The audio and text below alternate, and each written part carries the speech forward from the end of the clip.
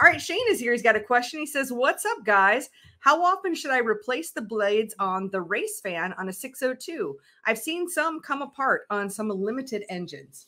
I mean, just keep an eye on them.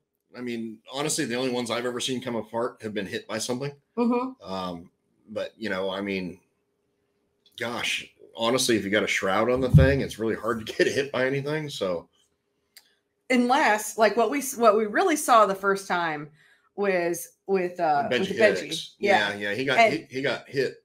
No, his rack came loose. He got hit.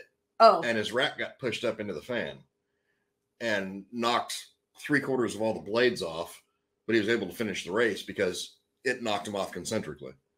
And so it wasn't like a steel fan where it like bent one blade or shit one blade and then the rest, you know, knocked the water pump off the motor. Well, and that's just it, because it was already a planned failure point.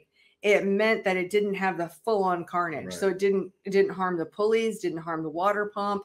All he needed was to yeah, I mean, I'd say if you start seeing, you know, the blades fray per se, I know that rhymes, but sorry.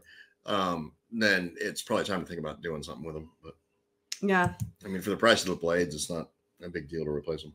Right. Especially if you're running 2 to 3 blades. And you've already got the hardware. Yeah. And yeah, I mean, that's what you got to love, the versatility, because it's not like you're just done with the fan. You can just replace the blades, you know, so I really love that.